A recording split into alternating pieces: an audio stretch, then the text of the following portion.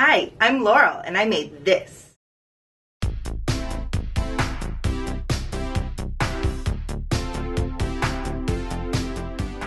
As someone who goes to the gym and sews a lot, it's no surprise I make my own gym clothes. So I'm going to be using a self-drafted leggings pattern. I'll put a link to a good tutorial below, the Mighty Sports Bra pattern, and Simplicity 8335, which is a tank top pattern. So let's get our supplies together. For the pants, I have some wicking 4-way stretch spandex I got from spandexbyyard.com and some black power mesh. For the sports bra, swimwear bra cups, some fold-over elastic, some wide plush elastic, and some white power mesh with purple dye. And finally, for the tank top, a shirt to cut apart and thread, obviously. Oh, and you know, that other sewing stuff. Wicking fabric is super nice for sportswear, but how can I tell if my fabric wicks, you may ask? Let's do the water test. You can see this drop of water gets absorbed relatively quickly into this wicking fabric. Unlike this fabric right here, where there's no absorption, like, at all. Back to the project at hand. I wanted to add some sporty lines and contrast trim, you know, that stuff that looks super impressive on stuff in the store. Guess what? It's not all that hard. I just drew out the lines I wanted on my pattern, then traced off the pieces I drew and added seam allowance. Now we're ready to get cutting. When you lay out stretchy fabric, you want the stretchiest part to be horizontal. Now fabric grain isn't super important here, but I'm double checking it anyway. Then, I weigh it down and use my rotary cutter to cut it out. Rotary cutters are the best, especially for stretchy fabrics. It keeps the fabric from stretching while you cut. Not needed, but it's super nice. Then the waistband. 2 of the spandex and 1 of the power mesh. I love putting power mesh in my waistbands. It's like your leggings are giving you a big hug.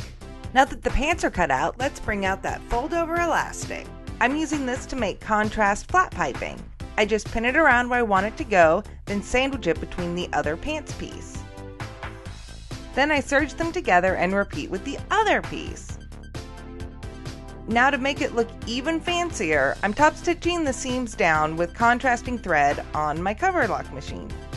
I recommend, at least on the legs, to top stitch down your seams. It just feels better when you're wearing them. I know not everyone is as lucky as me and has a serger, but you can sew these on a normal machine too. Most commonly you'd use a zigzag stitch, which like 99% of home sewing machines have, but it's not my favorite. I like using this overlock stitch, which a lot of sewing machines have. It looks like this. I like this stitch because it gives a nice tight seam and is still super stretchy. There's a lot of top stitching options too. I like the triple stitch the most. It gives a nice bold top stitch while still being stretchy. A pain to take out if you make a mistake though. Back to the pants. I'm getting ready to sew up the inseam of each leg.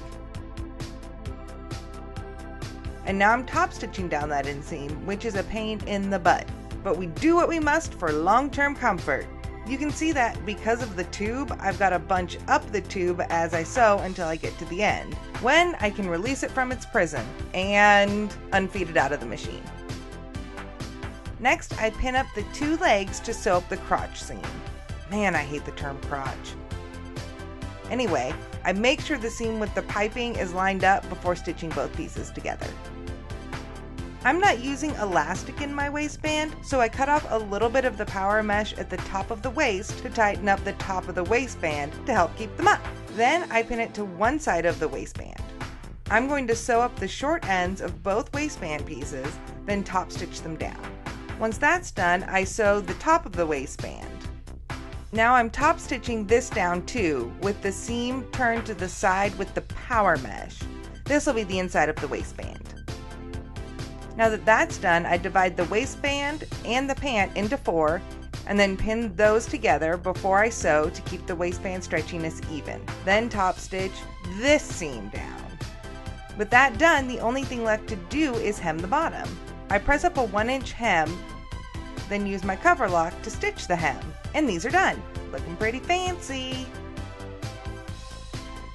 Next up, the sports bra. I cut out the main fabric, but you remember how the power mesh for this is white? Well,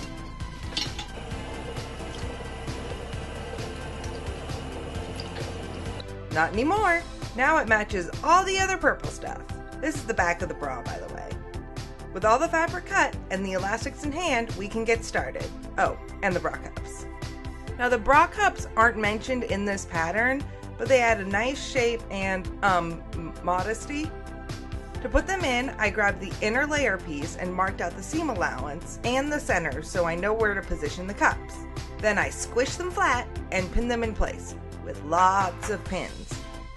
Then to the normal sewing machine. I selected the zigzag stitch, then zigzagged around the cups, keeping them as flat as I could. Ta-da! Now they're in. I have to cut away the fabric on the inside, otherwise it'll just pull weird. Yeah, I know, it looks strange, but you're the only ones that are ever going to see it. After that's done, I pin together the edges of the front pieces so they stay together. And then pin them to the back. I probably should have basted the fronts together, but I didn't. I serged the side seams and shoulders together, then top stitched them down. Not needed, but I wanted it to match my pants. Now the tough part, the fold over elastic. Fold over elastic is a two-step process. First, you zigzag it to the back, matched up to the center line. So when I get near the end, I use this fancy wire ribbon cutter to cut the end, leaving extra to overlap the fabric. It helps keep the elastic end from fraying, but you can just stitch it down or fray check it too. Anyway, then you fold over the elastic, thus the name, and zigzag stitch it down again. I hate doing it, but it looks really nice.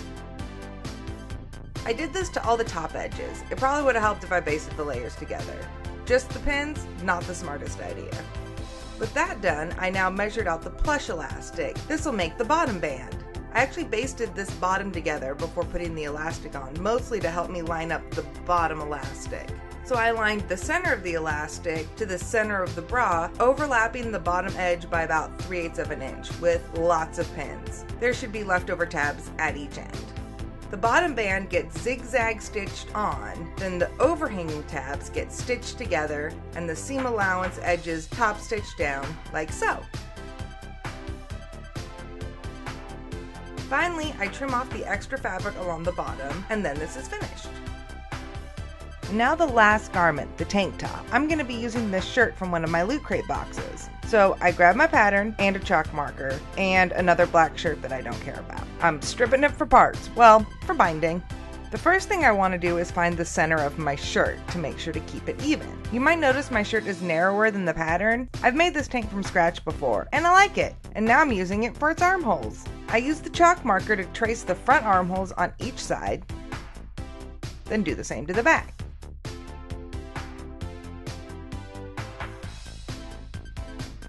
I like a high neck, so I'm leaving that alone this time. Next, I carefully cut on the chalk line, making sure I'm only cutting through one layer of the shirt.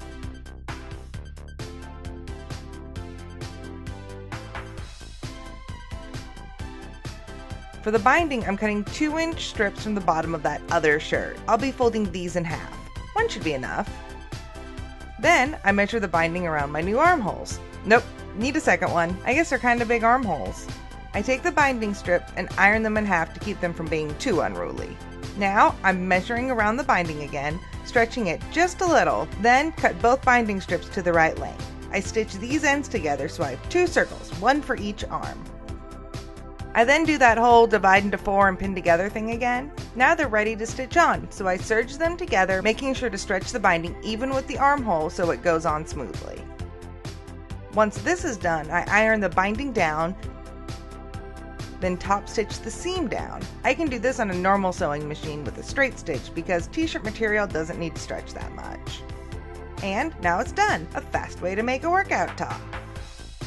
I love working with spandex. It might be my favorite thing to sew. I also love this workout set. The leggings fit perfect, the sports bra's like the best one I've ever had, plus the tank top is fun, nerdy, and bright. I feel so fancy and tough when I wear this to the gym, and I think it looks really cool and sporty. I think a lot of people are intimidated by sewing clothes like this, but hopefully this video shows you that it's really not all that hard to do. Thanks for watching. If you like this video and would like to watch me make other stuff, you can always like and subscribe. That'd be pretty cool. Thanks again for watching. Bye!